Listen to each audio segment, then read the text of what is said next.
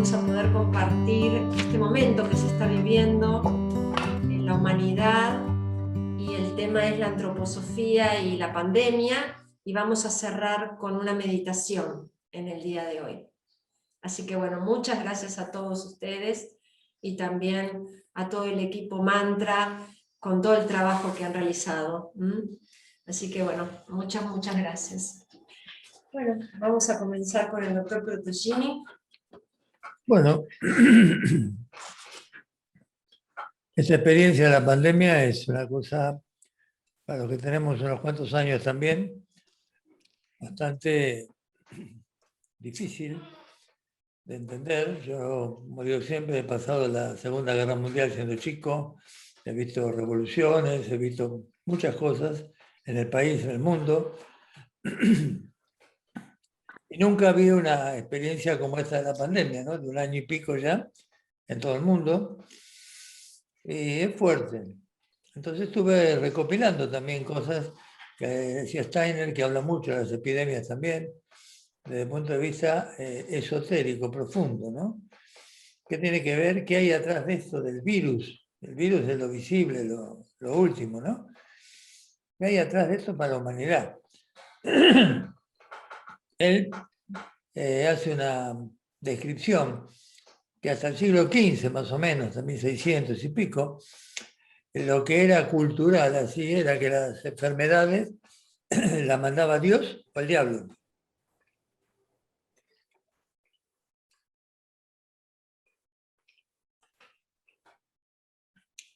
Decía entonces que antes del siglo XV era común decir que las enfermedades o las mandaba Dios o las ponía el diablo como un castigo, ¿no? Y eso era una cosa bastante... Piensen que la imprenta empezó en el año 1400 y pico. Dice que antes la gente no tenía libros para leer, ¿no? Simplemente había una transmisión oral, ¿no? Bueno, van pasando los siglos, pasa 1 o 2 siglos más, y empieza toda la investigación científica.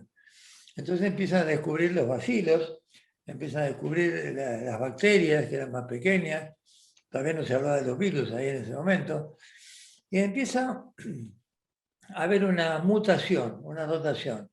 Ahora la enfermedad la producen los bacilos. Entonces, ya no es que viene de manos de Dios o del diablo, ahora son los bacilos que están acá. Entonces ahí poco a poco se va produciendo en la humanidad la sensación de que la enfermedad contagiosa, infecciosa, no hablamos de enfermedad del propio órgano, ¿no? Se debe a un germen, una bacteria, un virus, lo que fuera. Y lo vamos aprendiendo. Eso se extiende hasta el día de hoy. El día de hoy, con lo que se está viviendo, la enfermedad se debe al contagio. Y fíjense la información de la televisión, cuántos contagios diarios, cuántas muertes. Es el contagio el responsable de la enfermedad. Y nunca se habla de cada ser humano. ¿No? De eso no se habla. Se habla de la enfermedad, de la inmunidad de rebaño, que también me causa gracia, porque ahí pasamos a ser un rebaño. Inmunidad de rebaño. Cuando ya el porcentaje de los vacunados o de los recuperados ya excede a más del 50-60% de la población. Pero somos un rebaño, ahí, que esa palabra me llamó la atención. Y entonces uno ahí piensa, ¿qué tiene que ver esto con cada ser humano? Desde el punto de vista espiritual, cada ser humano trae, en cada encarnación, por supuesto, una predisposición para la enfermedad. Nosotros conocemos que genéticamente puede traer un gene para producir el asma, la psoriasis, la hepatitis, es decir, un montón de enfermedades que ya vienen, hoy día se sabe genéticamente, vienen ya instaladas genéticamente en la formación de ese cuerpo. Bueno, ¿qué pasa con la concepción material, que yo también le llamo científica, biológica, química, ¿no? ¿Qué pasa con esa concepción que se apoya la investigación científica.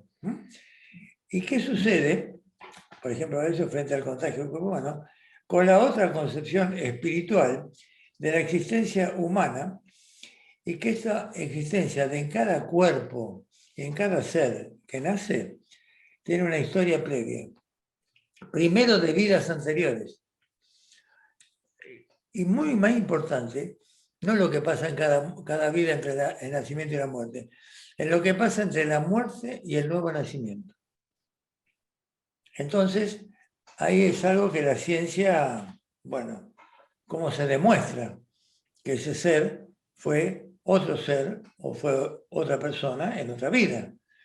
Al no poder demostrarlo, ya entramos en un terreno que la ciencia no puede aceptar. Desde el punto de vista espiritual, podemos ir comprendiendo, profundizando la idea que cada cuerpo nuevo que formamos, que tenemos y demás, no es un producto del azar, de que se unió el óvulo y el espermatozoide casualmente, sino que hay un determinismo kármico que va produciendo ese cuerpo, ese genoma humano que hoy se estudia, producto kármicamente de lo que cada ser necesita en su próxima experiencia.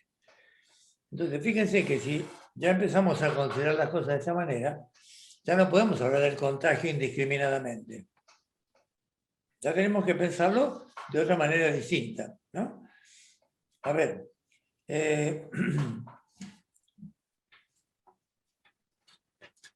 la predisposición a la cual me estoy refiriendo, que cada ser humano trae, no se refiere solamente o genéticamente al cuerpo en sí. Se refiere también a su sistema inmunológico y a la predisposición a contraer ciertas enfermedades, y esto escúchenlo bien, que posibilitan una respuesta de los cuerpos sutiles del ser humano. Y esto fortalece el yo. Yo también confieso que cuando lo leí por primera vez, Steiner iba diciendo, es difícil, ¿no? Porque uno como médico siempre se acostumbró que la enfermedad infecciosa, por ejemplo, es un contagio. Bueno, ¿qué pasa si uno puede pensar diferente? Que cada ser humano es distinto y cada ser humano puede traer una predisposición a ciertas enfermedades cuyo combate por parte de ese cuerpo fortalece el yo. Cuando digo cuerpos sutiles, me refiero a lo que se estudia en la antroposofía, como lo que es el cuerpo físico, que es lo visible, el cuerpo etéreo o cuerpo vital, que le da vida a esa materia que se está formando, y llamémosle energía, y a ese cuerpo emocional que registra constantemente cualquier sensación o sentimiento que nos produce el mundo circundante. Entonces, ahí tenemos el cuerpo físico, el cuerpo vital, el cuerpo astral o cuerpo emocional y el yo. Entonces son 4 cuerpos, perdón, 4 cuerpos que llamamos sutiles, 3 de ellos sutiles, que nos dan otra idea del ser humano que vemos. Nos ayudan a ver al ser humano de otra manera o con otra profundidad. No solamente la imagen que veo, que está delante mío. ¿Sí? Esos cuerpos sutiles, en el cuerpo etéreo, está contenida lo que llamamos las fuerzas de autocuración. Si ustedes se van a una clínica, un sanatorio, un hospital, y hablan con cualquier médico convencional, le preguntan cómo se cura una persona, se cura con antibióticos, con un corticoide, con lo que nosotros conocemos. Nadie va a hablar de fuerzas de autocuración. No. Eso ya se puede hablar en una medicina no convencional. No llamo alternativa, porque alternativa es una cosa o la otra. Yo hablo de medicinas complementarias. Entonces, en una medicina complementaria se puede hablar que hay seres que tienen una fuerza de autocuración muy grande. Y ahí también se puede pensar que con un medicamento, primero natural, segundo, dinamizado homeopáticamente, yo puedo estimular las fuerzas de curación de la persona. Mucho más allá que combatir una enfermedad con un fármaco químico, ¿no? Entonces ya, cuando voy llegando a ese nivel y voy pensando que una enfermedad o la cantidad de epidemias que hubo en la humanidad a lo largo de los siglos, y que uno documenta cuántos murieron, como la gripe española, cuánta gente murió, o la fiebre amarilla. Eso es el análisis cuantitativo. ¿Cuántos murieron? ¿Cuántos vivieron? Bueno, es un análisis cuantitativo. Cualitativamente, no se habla de qué le pasó a cada persona. Y esa parte de la humanidad, hablemos en millones de personas, individualmente lo mismo, tenían que vivir una experiencia determinada, que era enfrentarse con esa enfermedad para tonificar sus cuerpos. Imagínense una enfermedad que puede demorar, yo me acuerdo de chico, tuve sarampión, era un mes de estar en cama. Hoy día parece una exageración, hoy se la vacuna, pero era un mes que el cuerpo necesitaba para reponerse. Y muchos comentaban en mi época que con los chicos que habían tenido sarampión, cuando iban al colegio, tenían más lucidez, captaban las cosas mejor. Y antes del sarampión había como una mayor dificultad en la captación de las cosas. O sea que el sarampión no era lo que pasaba o en la piel, en esto. Había una alteración general del organismo. Las maestras sabían esto, que si había tenido sarampión, que era común, no tuvieran, había una actitud cognitiva del niño diferente. Entonces, eso llamaba la atención. Entonces, si pensamos desde ahí, ¿qué efecto podía tener el sarampión, por ejemplo, ¿no? en ese organismo? ¿Cómo ese yo tenía que trabajar, fortalecerse? ¿Cómo esa fuerza de autocuración tenían que ejercerse cuando no había los medicamentos que hay ahora? Mi época, no me acuerdo cuando era chico, me acuerdo cuando apareció la penicilina. Antes no había penicilina. Primero fue la sulfamida, después vino la penicilina. Bueno, era una cosa mágica. Escuchaba que los médicos decían que recetaban penicilina, penicilina, penicilina para todo, ¿no? Al principio se recetaba muy poco, apenas llegó 1 millón de unidades. Con los años se precisaban millones de unidades de penicilina para hacer efecto, porque ya el cuerpo era resistente, ese cuerpo no funcionaba. Pero yo me acuerdo cuando se recetaba la penicilina como una cosa mágica. Qué bárbaro, interesante. Entonces, ahí se ignoraba esta fuerza de autocuración. Hoy hablan mucho de esto la gente que hace una medicina natural, o que hace macrobióticos, que hace algunas, los veganos también, que no comen nada producido por los animales. Es decir, hay una actitud interior que posibilita que esa fuerza de autocuración se desarrolle. Entonces, ¿por qué decimos esto? Estamos en presencia ahora, desde esta perspectiva que estoy hablando, estamos en presencia del coronavirus. A mí siempre me llamó la atención el virus corona. Corona se llama al chakra séptimo, que es el último chakra, el primero está debajo del ano y la vagina, la vulva ya, la mujer, está abajo, y este está en la cabeza arriba. El primero tiene que ver con el nacimiento, con la vida, y este último tiene que ver con la espiritualidad. Cuando llegamos a desarrollar bien este chakra, es cuando nos proyectamos hacia el cosmos, globalmente. Entonces, en ese llamado del virus, que aparte no es nuevo el virus, los veterinarios lo conocen hace mucho tiempo, es vacuna contra el coronavirus de hace años para los animales.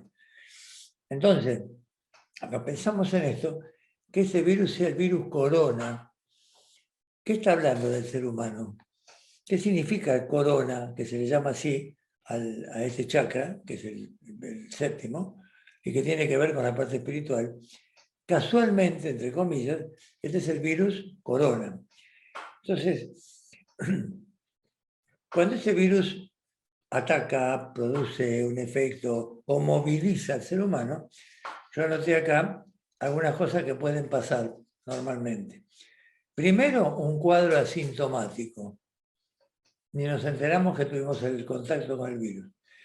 Segundo, si nos dio positivo el testeo y seguimos bien, una recuperación absoluta.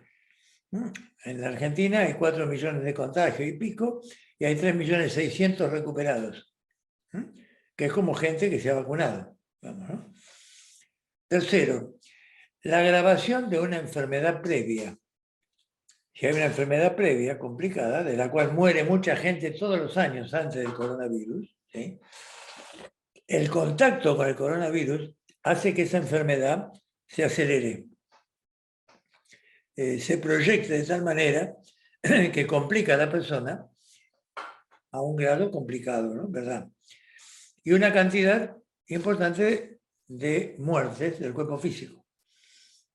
Ahora, acá, las informaciones que nos pasan siempre es la cantidad de contagios con esa, especialmente con lo que dije antes, que el contagio tenemos que pensarlo en una entrada y contacto del virus y pensar en un fortalecimiento del cuerpo frente a este virus. El cuerpo tiene que aprender, ¿sí? Y eso sería el aprendizaje, ¿no? Y mucha gente que tenía que partir y ahora lo ha hecho. Entonces uno cuando escucha tanta gente que falleció, pero si uno mira la lista de fallecidos de antes del 2019, antes que empezara lo del virus, hay una proporción, una cantidad que no me acuerdo si un 7,5% o algo así, de mortalidad, por ejemplo, anual o mensual, que se estaba escrito, ¿no? Estadísticamente. Ahora, esa cantidad apenas se alteró. La mortalidad puede ser 7,6, una cosa así. ¿Qué quiere decir? Que no es que ahora toda la gente se muere por el virus. Esta era la mortalidad común que teníamos nosotros y más o menos estamos dentro de lo mismo. Quiere decir que los seres que han tenido que seguir este camino, que lo han hecho ahora dentro de este sistema, siguen cumpliendo lo que les ocurrió. Pero cada uno cumple su destino. Entonces, si miramos en conjunto el asunto, decimos, a ver, ¿cuántas muertes ha habido? Y le dio positivo el testeo. Ah, murió por coronavirus. No, puede haber muerto con el coronavirus, que es diferente. Así que digo esto hablando en el sentido que esta venida de este coronavirus a este contacto con la humanidad, que generalmente pasa, como pasó con el SIDA también, acá parece que fue con el murciélago y demás, pasa del animal al hombre. Antes no podía entrar en el ser humano. En un momento determinado, algo se modifica en el cuerpo humano y el virus penetra. Entonces, también les quiero decir que nuestro cuerpo ahora de la humanidad no es el mismo que el siglo pasado, el año pasado. El año pasado, 2020, el cuerpo no estaba preparado para contactar con el virus. Con todo lo que ha pasado, si lo vemos no individualmente, ni por país, ni por... No.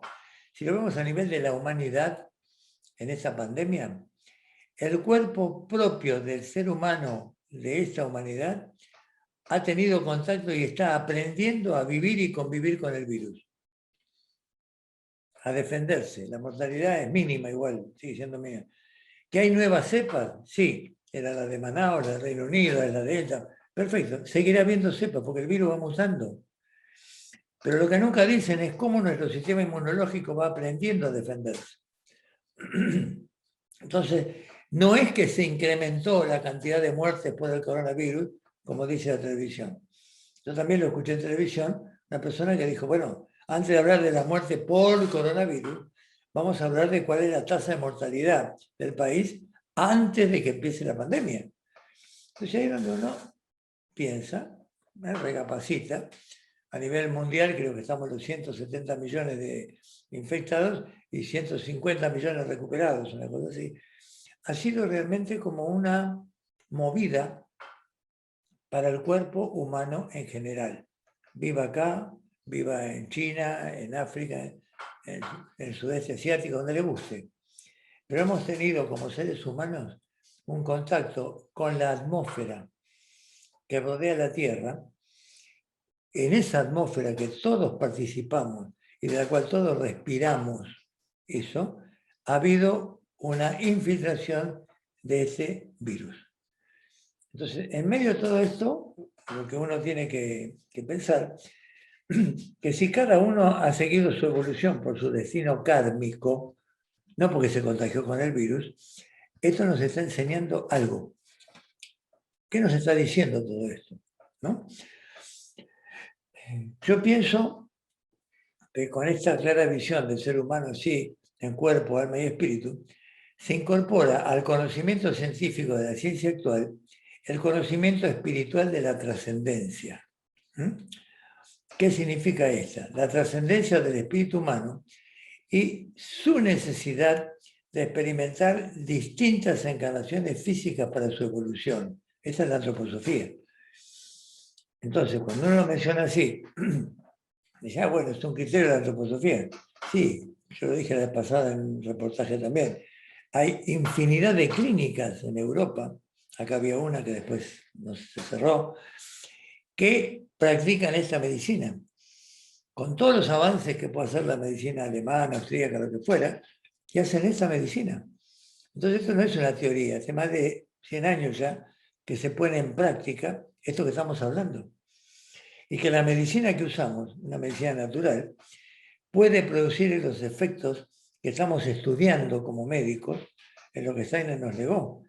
Entonces ahí se hace más visible que la muerte no viene por el virus. El virus puede ser que acelere o no, o que haga cumplir el destino de cada uno. A ver si se entiende eso. Que no nos quedemos con la mera información televisiva. Que pensemos, ¿habrá llegado mi momento? ¿Me tendré que ir o no? ¿Ha llegado el momento de un familiar? Es verdad que yo conozco mucha gente ahora que hay familiares que han partido, es verdad, pero no nos quedemos solamente con esa idea. Veamos qué le pasa a la humanidad como tal en este momento y qué tiene que aprender la humanidad con esto, que esa es la otra cuestión. ¿Qué tiene que aprender la humanidad desde el punto de vista social? Había una gran, y la sigue habiendo, una gran injusticia social en la forma en que se manejaba la globalización y todo lo que conocemos. ¿Qué tendremos que cambiar? ¿Cómo podemos trabajar sobre el cambio climático? Que había presidentes como Donald Trump que se reía de esto, nada menos que el presidente de Estados Unidos, Biden no lo hace, y se reía de estas cosas.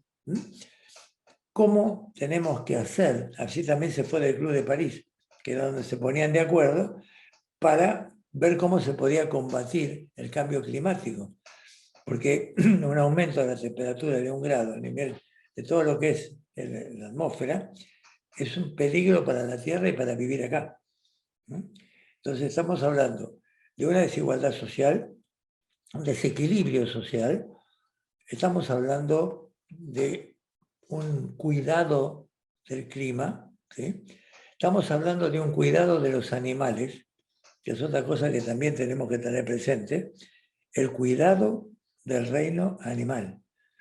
Gracias al reino animal y al reino vegetal, estamos presentes en el planeta. Si no hubiera una cubierta vegetal del planeta, no existiría la vida, como es en la Luna o en Marte.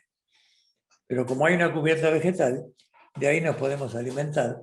De ahí se alimentan los animales, que también nos alimentamos de ellos, y por eso vivimos. Entonces pensemos esta noche como término todo lo que venimos hablando, ¿qué es lo que está pasando con esto? ¿Es una casualidad? ¿Es mala suerte? ¿Es una desgracia? ¿O es una dádiva que se nos da desde otro plano para que pensemos este encierro, este aislamiento que estamos soportando? En muchos casos ha determinado, yo conozco los casos, parejas que se han separado, porque es muy difícil convivir juntos dentro de este sistema, y otras muchas parejas se han unido nuevamente, o se han reconciliado. Quiere decir que hay que ver qué significa el aislamiento en cada uno de nosotros. ¿Qué cosa nos mueve? ¿Qué cosas antiguas se están reflotando y se están viviendo en la actualidad? Y entonces ahí tener que ver qué tenemos que cambiar. Esto es muy importante que pensemos y no simplemente estar con miedo a la enfermedad. El miedo sí baja las defensas, eso seguro, ¿no? Baja el aspecto inmunológico el miedo. Pero si el razonamiento nos lleva a mirar el miedo distinto, no quiere decir que no use un barbijo, pero no la obsesión de lo que me puede pasar, porque eso enferma, eso es peligroso. Entonces yo pienso ahora, ¿no? Que si yo entiendo que hay una trascendencia espiritual en cada una de las vidas, y esa vida sucesiva sirve para la evolución del ser humano, la cosa cambia. Porque alguien puede decir, y bueno, está bien, creo en la reencarnación. ¿Por qué? Porque es un aprendizaje. Porque cada encarnación y en cada espacio entre la muerte y el nuevo nacimiento, voy aprovechando a entender y a procesar lo que he hecho. Y a instalar algún valor moral que antes no tenía. Como digo siempre, el tema de la mentira. Si yo estoy acostumbrado a mentir, a mentir, a mentir y obtener beneficios de la mentira, y me muero, también voy a poder ver entre la muerte y el nuevo nacimiento los efectos producidos por la mentira, que no fueron una satisfacción, sino que trajeron otro tipo de problemática. Y ahí voy a decidir, espiritualmente, en la próxima experiencia de vida, yo no miento más.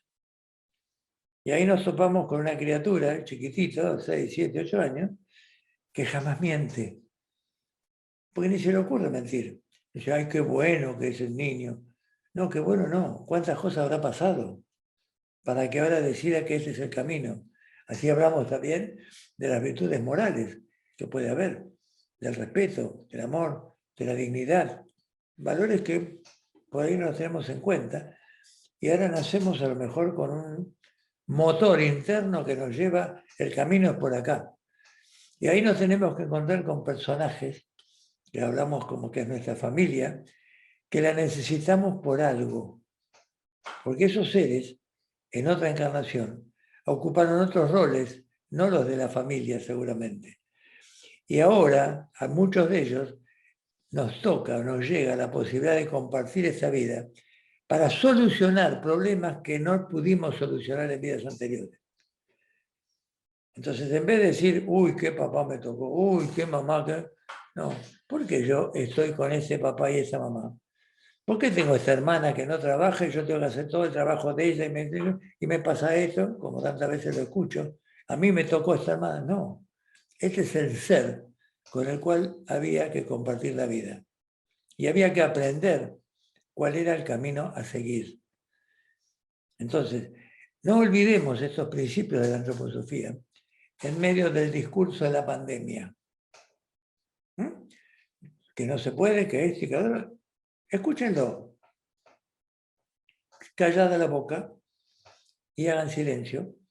Se puedan meter hacia adentro, pensar estas ideas que estamos compartiendo, que las epidemias que tuvo la humanidad fueron necesarias porque se producían cambios de estructura de esa sociedad en la cual aparecía. Entonces, si se producían esos cambios, lo que estamos recibiendo ahora lo podemos tomar como una especie de dádiva. Algo nos está ayudando a poder modificar o cambiar la estructura con la cual veníamos trabajando o con la cual veníamos viviendo. Yo me pregunto, por ejemplo, acá, si puedo interpretar esta pandemia, como dije antes, como una dádiva, ¿no? Sobre todo por los cambios profundos que se pueden hacer y que dijimos, ¿no? Y pensar en que en realidad cada uno de ustedes, ¿qué es lo que tengo que cambiar? Entonces es una buena pregunta, no lo que yo sugiero, esto es general, en lo individual, en mi comportamiento. ¿Qué es lo que necesito cambiar? O más todavía, ¿qué es lo que no pude nunca cambiar? Y yo sé que tengo que hacerlo. Entonces, ahí tenemos que trabajar. Entonces la pandemia se va transformando en una maestra celestial que nos lleva y nos enseña el camino y dicen, por acá.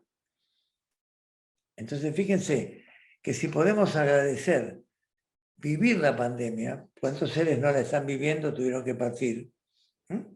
Y otros sí lo estamos viviendo. ¿Qué pasa si acá podemos agradecer la oportunidad de hacer un cambio? Hay mucha gente en nuestro país, por lo menos, y en el mundo, que se quedó sin trabajo. Hay muchas empresas que van a empezar a trabajar distinto, porque ya como trabajaban antes no va más. Hay muchos planes nuevos de pequeñas empresas que se están formando para hacer algo distinto a lo que se hacía antes. O sea que verdaderamente hay un cambio. Yo noto una cosa, lo comento con ustedes, ando mucho en bicicleta, que ahora es común que cuando llego a una esquina y viene un auto, primero frene y que me diga que pase. Antes no ocurría. Antes cuando iba en bicicleta el coche ¡pum! Pasa directamente. Ahora no me pasa eso. Yo voy contando, el otro día conté 10 cuadras, 10 cruces, a ver cuántas veces ocurría. Bueno, en 8 veces de las cuadras, alguien que venía cerca me hacía seña que pase y paraba el coche. Digo, gracias, ¿no? No quita que una o dos veces también iba a pasar yo y tuve que frenar porque un coche se metía. También ocurre. Pero noté que había como una actitud distinta. Entonces, esto que parece muy superficial, de que le otorgo al otro la posibilidad de que pase o decir, sí, es una forma de amor al prójimo.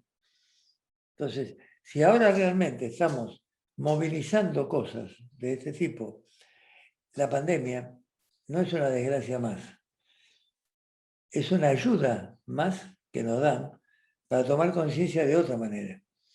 Yo tengo infinidad de padres, padre y madre, y muchos con hijos chicos que viven en un departamento y que están enloquecidos, porque cada uno está trabajando con la computadora para su empleo, y los chicos de 3 o 4 años están desesperados porque están todo el día dentro de la casa.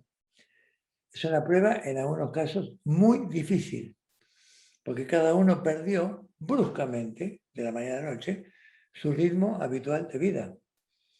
Y fue sometido a ese aislamiento, encierro, cuarentena, como le quieran llamar. Entonces piensen que hay dificultades que tenemos que superarlas. Algunos me han dicho, yo estoy aprendiendo otras cosas, estoy aprendiendo incluso a ver mis hijos diferentes, hasta la relación con mi suegra o con mi tía, lo que yo, es distinta. O sea, que hay mucha gente que está aprendiendo. Hay muchos que están deprimidos y muchos que están ansiosos. Pero hay otros que están aprendiendo con lo que está ocurriendo. Entonces yo, el mensaje que les puedo dar al término de todo este trabajo que hizo Mabel hoy el día de hoy, que es hermoso, es que en vez de pensar o decir, uy, qué lástima, no, decir, ¿cómo me veo? ¿Cómo hice o cómo trabajé este proceso, esta cuarentena? Y analizar un poco el año pasado, y analizar un poco lo que viene, detenerse un poco. Si están con la computadora todo el día, pónganse espacios en los cuales hagan silencio. O desconecten el celular, que es lo mismo, un tiempo determinado. ¿Para qué? Para que esto funcione diferente. Para que esto tenga un espacio de silencio interior. Hay personas que les sugiero que 2 o 3 veces al día se sienten, respiren hondo y se saquen todo lo que tienen en la cabeza hasta ese momento. Y es una manera de estar consigo mismo. Como la meditación que vamos a hacer, es una manera de encontrarse con el propio yo.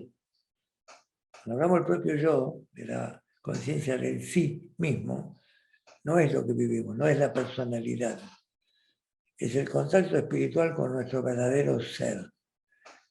Está en lo que siempre él me percibía y contaba, que el ser humano en sus primeras etapas, o milenios o lo que fuera, era un ser espiritual exclusivamente, como puede ser un ángel, un arcángel o las jerarquías espirituales.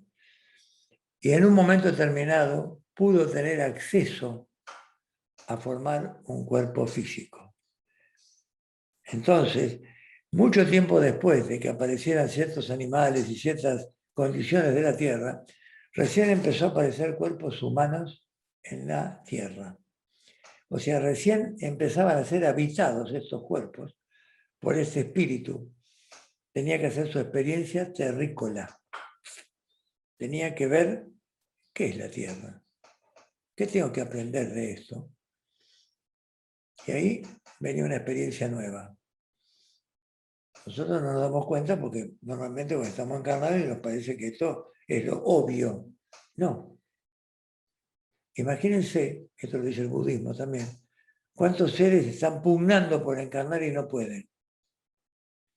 El hecho de poder asistir a una encarnación es una gracia divina que hemos tenido, por lo cual hay que agradecer.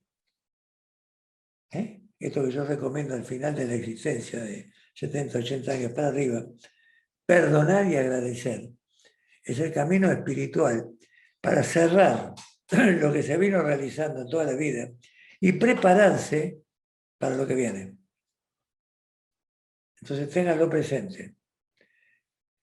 Si están en condiciones, primero, de hacer silencio interior. Segundo, de perdonar en la propia vida aquellas cosas que pasaron que antes me parecían injustas. Como yo era bueno y procedía bien, ¿por qué me tocó? ¿Sí?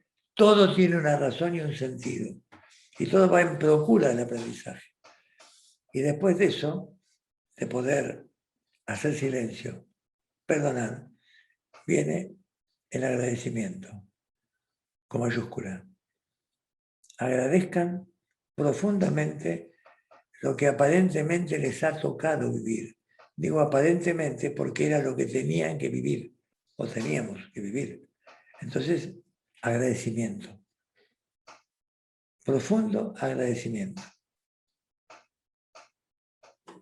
¿Cómo están? ¿Vos? ¿Cómo están? Muy bien. Muy bien. Si alguien quiere comentar algo, levante la mano, así luego ya vamos a la meditación. Acá Sandra está, no sé si es una manito, ahí la saca. No sé si alguien quiere comentar algo o vamos a ir a la meditación.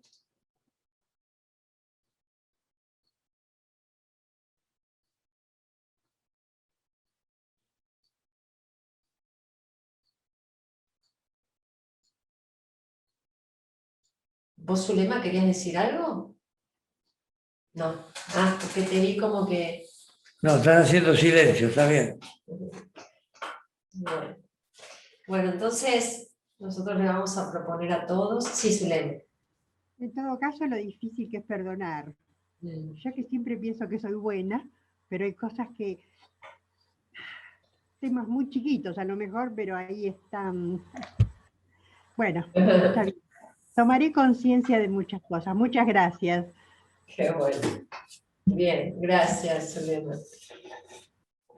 Bueno, entonces ahora vamos a tratar todos de sentirnos cómodos donde estamos sentados, en casa, para poder entrar luego en un estado meditativo, pero para eso necesitamos sentir cómo está nuestra columna,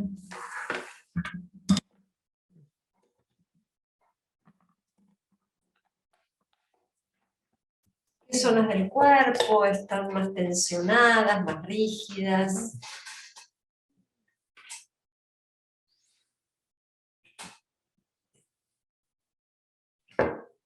Si puedo sentir esa columna erecta, los hombros bajos, el cuello flojo, la lengua,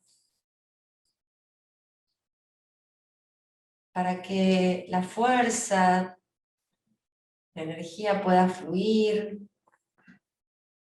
Voy tomando contacto con mi cuerpo, que es mi casa.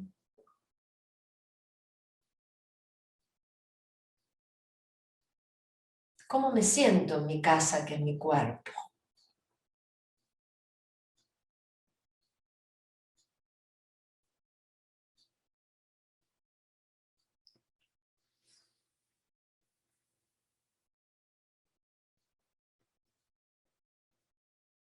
Con la respiración vamos a ir despejando zonas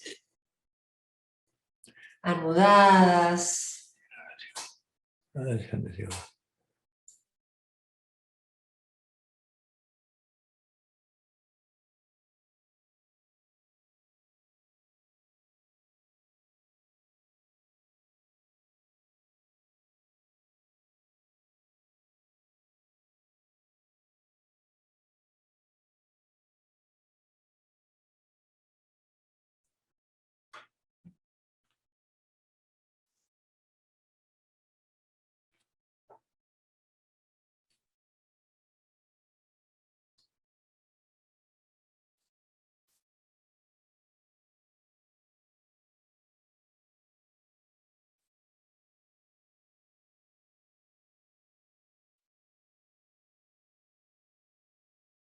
Vamos sintiendo esa calma interior.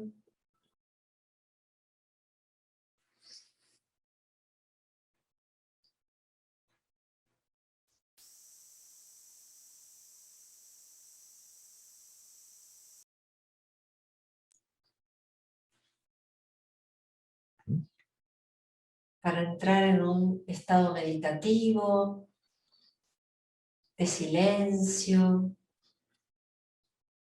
Voy despejando pensamientos, ideas que aparezcan.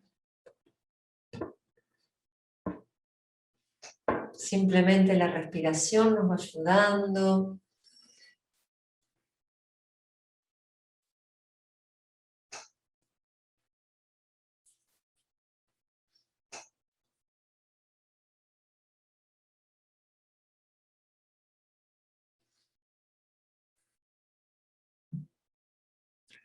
En este estado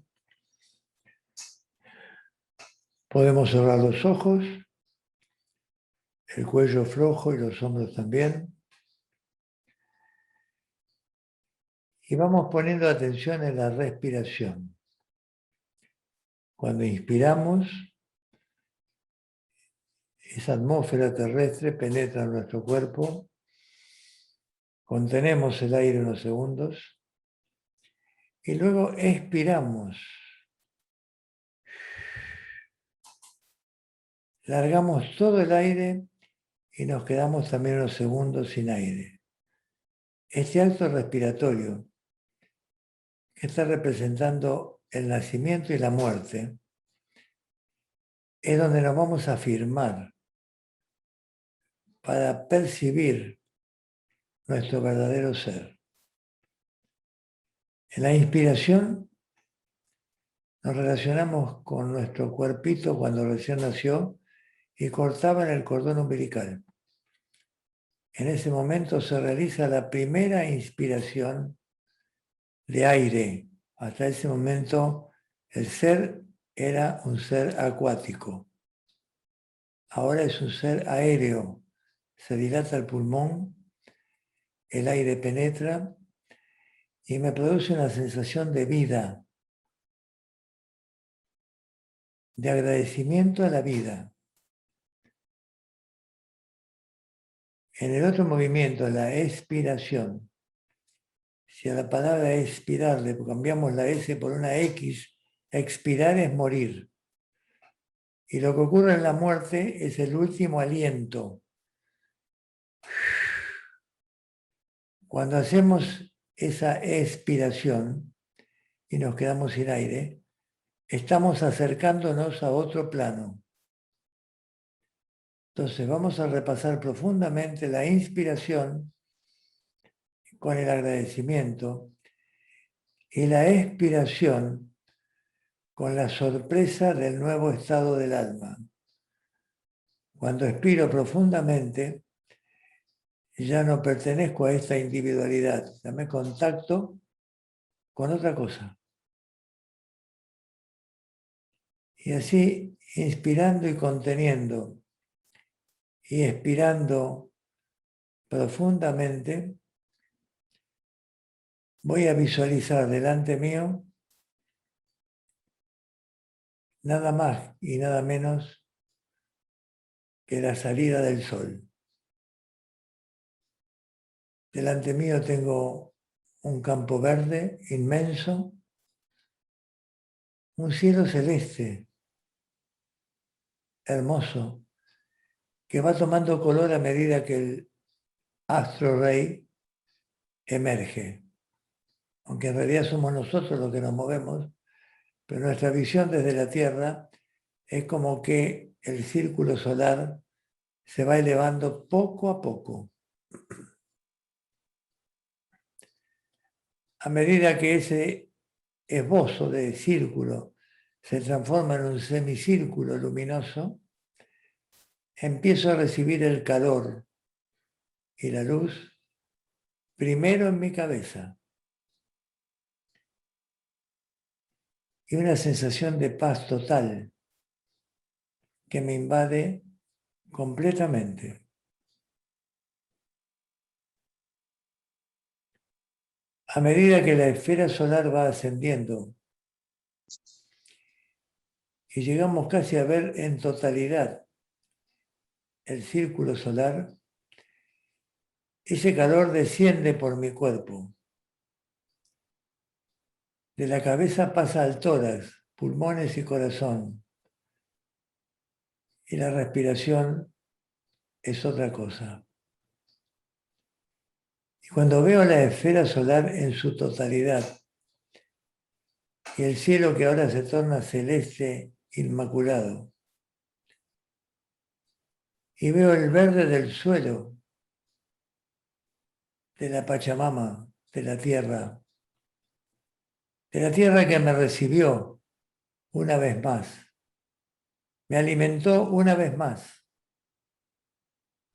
y me está guiando una vez más. El verde del campo, el celeste del cielo, el horizonte maravilloso, con la esfera solar a pleno.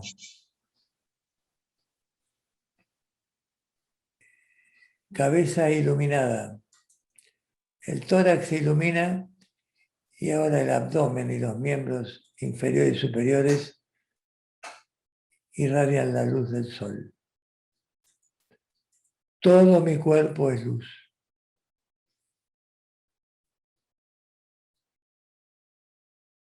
Y siento en mí la sagrada presencia. Siento en mi ser, mi propio yo. Y siento en mi ser la luz. La entidad solar se llama Cristo. Esa entidad solar es la que me ayuda en todo el planeta, ayuda y me ayuda a ser yo mismo o yo misma. Me ayuda a unir el principio espiritual con la materia. La conciencia del sí mismo con este cuerpo. Sientan profundamente esa pertenencia a la tierra, esa bienvenida de la Pachamama, esa caricia del sol.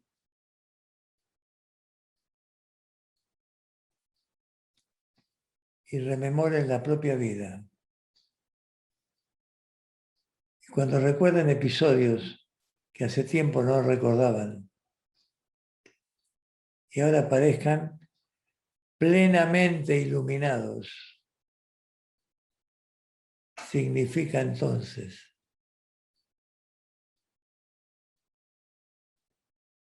que la eterna pregunta ¿quién soy? Empieza a recibir una primera respuesta. Yo soy yo. Ahora sí puedo sentir la presencia espiritual de mi propio yo en mi propio cuerpo. La respiración profunda, la hermosa tarea de agradecer. Agradecer este cuerpo, agradecer esta enfermedad, agradecer este accidente, agradecer esta muerte de un ser querido, agradecer a Dios, poder comprender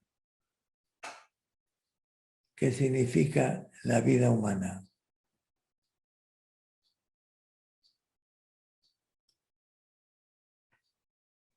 Gracias, Señor. Gracias.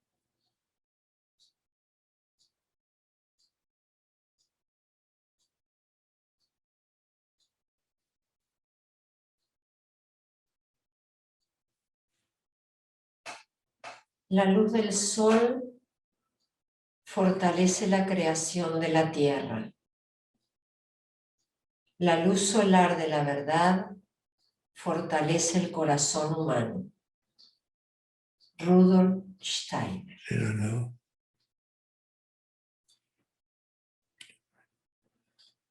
La luz del sol fortalece la creación de la tierra.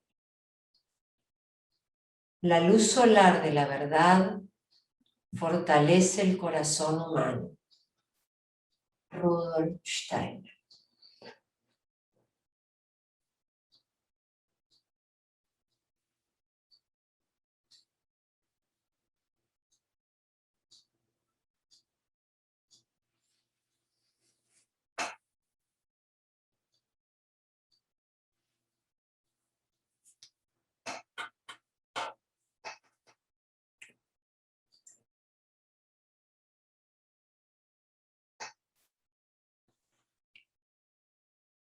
¿Cómo están? Ya estamos llegando al cierre de todo este día maravilloso que transitamos.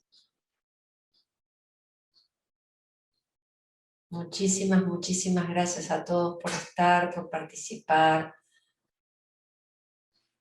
Peco.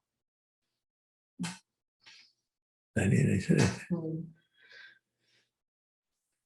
Moni, ¿cómo estás? Gracias, la verdad que hermoso todo, valoro muchísimo todo el trabajo que has hecho, Mabel, bueno, todos, Roberto, hermosas las conferencias, bueno, todo lo que sucedió en los otros pabellones también, estuve chusmeando un poco, pero bueno, era imposible. Sí. Bueno, una maravilla, realmente agradecida por tanta entrega de todos. Bueno, acá. Qué bueno. En la unión con el espíritu. Gracias. Bueno, muchas gracias, sí. La verdad que yo también muy agradecida por todo este trabajo que hizo Mantra para que esto sea posible. Es algo nuevo, diferente, y bueno, con ese espíritu de ir hacia lo nuevo, es esto lo que viene, y bueno, nos guste o no, es otra forma. Así que bueno, un nuevo aprendizaje para todos como humanidad. Así que no descartemos lo nuevo y sigamos adelante, con fuerza, con coraje y con calma y felicidad. La verdad que más allá de todo el trabajo, lo maravilloso es sentir luego de todo ese trabajo una felicidad y una alegría interior por todas las personas que también sintieron tanta felicidad. Entonces, bueno, nos unimos todos en esa red. Así que feliz de ser parte de este día. Muchísimas, muchísimas gracias a todos. Y bueno, como decía Roberto, encontrarse a sí mismos y desde ahí nos encontramos todos como humanidad. Así que con coraje para la vida, acá estamos y a seguir adelante. Muchas, muchas, muchas gracias.